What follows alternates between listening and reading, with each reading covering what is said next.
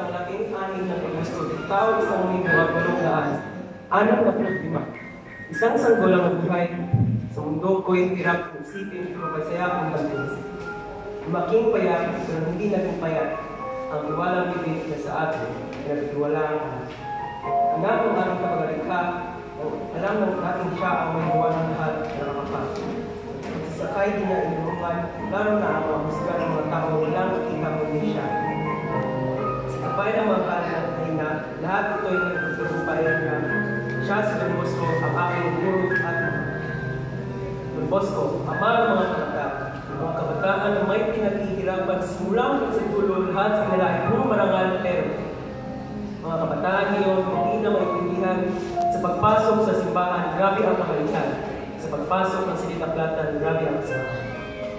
Sa mahirap na pamilya at sa pagiging magsasaka, tinanggap at pinagtrabaho pa rin ni Don Bosco ang lahat ng kanyang mga kaya sa isang araw, sabi ko sa sarili ko na kung kaya gawin ni Don Bosco ang lahat nun sa edad na siya, paano na kaya tayo na may magandang kinakapagkasin?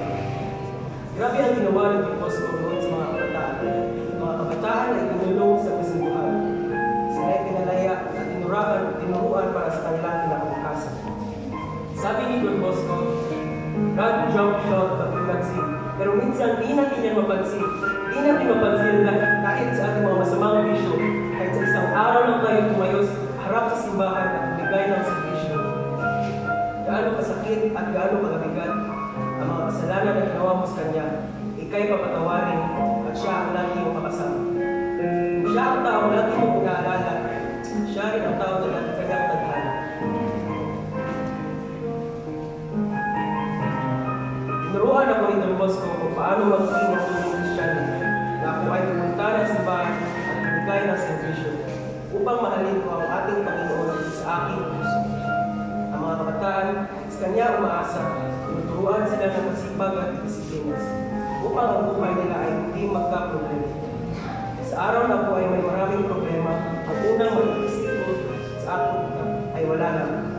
Ngunit ako ay mahanap ng paraan kung paano ko tuturuin ang problema. Kung sino may yung tao matungo sa aking mundo, siya si